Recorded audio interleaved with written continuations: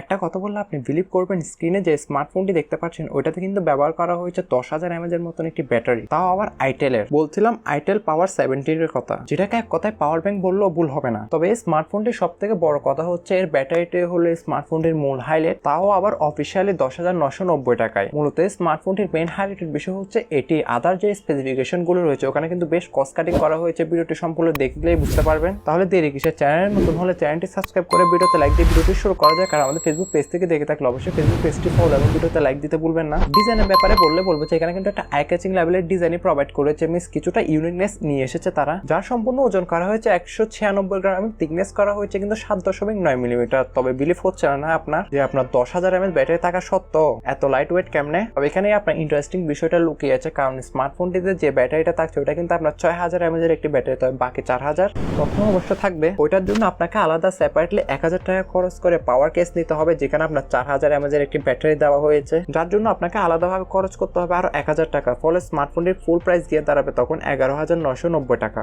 আর এই কেসটারও ওজন করা হয়েছে আপনার 117 গ্রাম, যেখানে আমরা বক্স কন্টেন্ট হিসেবে এসেনশিয়াল সবকিছুই দেখতে পারবো, যেমন একটি ট্রান্সপারেন্ট টিপিইউ কেস, 18 ওয়াটের একটি চার্জিং ব্রেক, ইউজার ম্যানুয়াল এবং সিম ইজেক্টর পিন। বাজেট ফ্রেন্ডলি হওয়ায় স্মার্টফোনটি বিল্ড কোয়ালিটিতে আপনার প্লাস্টিক ইউজ করেছে, তবে ব্যাকে এক প্রকার গ্লসি টাইপ ফিনিশিং দেওয়ার ফলে এখানে কিন্তু প্রচুর ফিঙ্গারপ্রিন্ট বসবে, তাই কেসটা ইউজ করতে অবশ্যই বাধ্য থাকবেন। স্মার্টফোনটির মেইন হাইলাইটেড বিষয় হচ্ছে এটি আদার যদি আমি এর পারফরমেন্স নিয়ে কথা বলি, এটা আপনার out of the box Android 14 A run হবে, যার ব্যাকএন্ডে কিন্তু থাকছে আপনার আইটেল ওএস 14, যেটা চিপসেট হিসেবে তারা দিয়েছে মিডিয়াটেকের হেলিও G15 আলটিমেট। আসলে আমি মজা করছি না, সত্যি যেটি 12 ন্যানোমিটার নডের উপর তৈরি করা একটি অক্টা-কোর চিপসেট। তবে এটা গেমিং এর ক্ষেত্রে একদমই না। তবে হ্যাঁ, যেসব লো গ্রাফিক্স গেম রয়েছে সেগুলো মোটামুটি ভালোভাবে প্লে করতে পারবেন, কারণ স্মার্টফোনটি আমরা বাজারে 4GB থেকে শুরু করে সর্বোচ্চ 8GB পর্যন্ত র্যাম এবং 128GB থেকে শুরু করে সর্বোচ্চ 256GB পর্যন্ত ইন্টারনাল স্টোরেজ দেখতে পাবো, যেখানে LPDDR4X র্যাম এবং eMMC 5.1 এর একটা ইন্টারনাল স্টোরেজ দেওয়া হয়েছে। আর চিপসেটটি অন্তত স্কোরে কিন্তু রেজাল্ট পেয়েছে আমরা 1,40,000 প্লাস, যেটা এই প্রাইস পয়েন্টের মধ্যে অনেকটাই ডিসঅ্যাপয়েন্টেড রেজাল্ট দিয়েছে। ফলে আপনার যে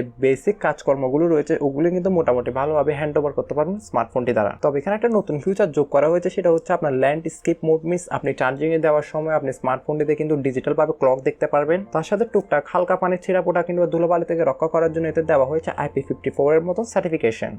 দুইটি প্রাইস, যার ফ্রন্ট আসলে আমরা দেখতে পাচ্ছি 6.67 ইঞ্চি মাপের HD প্লাস রেজুলেশন একটি IPS LCD প্যানেল, যাতে রয়েছে 120 হার্জ এর মতো রিফ্রেশ রেট। তবে এটা আপনি অথেন্টিক যে 120 হার্জ সবসময় পাবেন তা না, তার সাথে HD প্লাস রেজুলেশন, তাই ডিসপ্লে কালার ক্যালিব্রেশন একটু চপি লাগবে আপনার। ডিসপ্লেটা আহামরি খুব একটা স্যাটিসফাই করবে তা না। যার ব্যাকে আসলে দেখতে পারবো এই ডিউল ক্যামেরা সেটআপ। তবে থার্ডে যে ক্যামেরা সেন্সরটি দেখতে পাচ্ছেন ওটা হচ্ছে আপনার আয়ার ব্লাস্টার, যার প্রাইমারি ক্যামেরাটা হচ্ছে আপনার 13 মেগাপিক্সেলের মেন ওয়াইড যুক্ত সেন্সর দেন সেকেন্ডারিতে। আর ব্যাক ক্যামেরা ফটো কোয়ালিটি নিয়ে বলবো যে ছবি তোলার ক্ষেত্রে আপনি যেসব রেড অবজেক্ট কিংবা গ্রিন অবজেক্ট দেখতে পাবেন সেগুলো কিন্তু বেশি বুস্টেড করে ফেলে। এটা অবশ্য যারা ফেসবুকে বা সোশ্যাল মিডিয়াতে নিয়মিত ছবি আপলোড করেন তাদের ভালো লাগতে পারে। আদারওয়াইজ যথেষ্ট লাইট কিংবা প্রপার লাইট কন্ডিশনে মোটামুটি ভালো ছবিগুলো তুলবে। আর লো লাইট কন্ডিশনে কিন্তু স্মার্টফোনটি পুরাই বাকিটা হাসি ধরতে পারেন, কারণ লো লাইটের ছবি তোলার পর আর অবশ্যই ছবি তুলতেই মনে হবে না আপনার। ফ্রন্ট ফেসিং হিসেবে থাকছে 8 মেগাপিক্সেল একটি সেন্ট্রাল পাঞ্চ সেলফি ক্যামেরা, যেটা দ্বারাও আপনি টুকটাক লেভেলের সেলফিগুলো তুলতে পারবেন। তবে এটা যেহেতু আপনার পাঞ্চ হল একটি ডিসপ্লে, তাই অবশ্যই অনেকেরই ভালো লাগতে পারে। তবে সেলফিগুলোতে আপনার কালার ডিটেলস ব্রাইটনেস এগুলোর ঘাটতি দেখা দিবে স্বাভাবিক। তার সাথে সাইড মাউন্টেড ফিঙ্গারপ্রিন্ট সেন্সর সহ থাকছে কিছু টুকটাক এসেনশিয়াল সেন্সর। তবে এখানে থাকছে না কোনো পোর্টস বাটনের ক্ষেত্রে আসে সেকেন্ডারি নয়েজ ক্যান্সেলেশন মাইক অথবা সেকেন্ডারি স্পিকার। অল ওভার স্মার্টফোনটি কাজের জন্য